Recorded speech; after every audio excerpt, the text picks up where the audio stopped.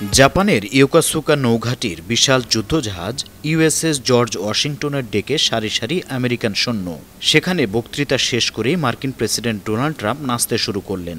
নিজের নির্বাচনী প্রচারণায় সবচেয়ে বেশি ব্যবহার করা বিখ্যাত থিম সং ভিলেজ পিপুলের ওয়াইএমসি এর তালে তালে ট্রাম্পের নাচে মাতোয়ারা পুরো ডেক।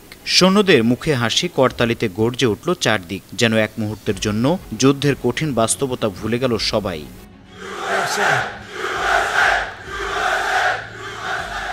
ট্রাম্পের এই নাচের দৃশ্য শুধু বিনোদনই দেয়নি, বরং সৈন্যদের মনোবলও যেন বেড়ে গেছে এক লাফে।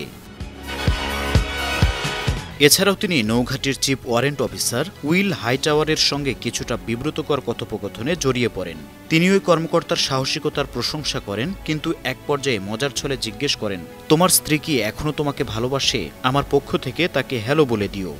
That's fantastic. See, in the old days I'd say, does your wife still love you? But I don't do that anymore, you know.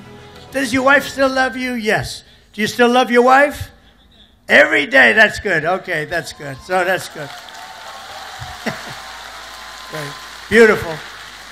Say hello to your daughter, right? And your wife. এর আগে এই সফরে Trump জাপানের প্রধানমন্ত্রী তাকাইচির সঙ্গে বৈঠক করেন। সেখানে দুই দেশের সম্পর্ক, আঞ্চলিক নিরাপত্তা এবং বাণিজ্য নিয়ে আলোচনা হয়।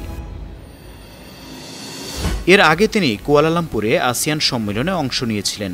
এর পরের গন্তব্য দক্ষিণ কোরিয়া, যেখানে তিনি এপেক সম্মেলনে যোগ দেবেন এবং চীনের প্রেসিডেন্ট শি জিনপিং এর সঙ্গে বহুল প্রতীক্ষিত বৈঠকে অংশ নেবেন। সব মিলিয়ে এশিয়া সফরের এই শেষ পর্যায়ে ট্রাম্প যেন একটু অন্যরকম মেজাজে আছেন। রাজনৈতিক মঞ্চের কঠিন মুখোশ সরিয়ে সৈন্যদের সামনে তিনি হাজির হয়েছেন একদম হালকা, বন্ধুসুলভ ভঙ্গিতে।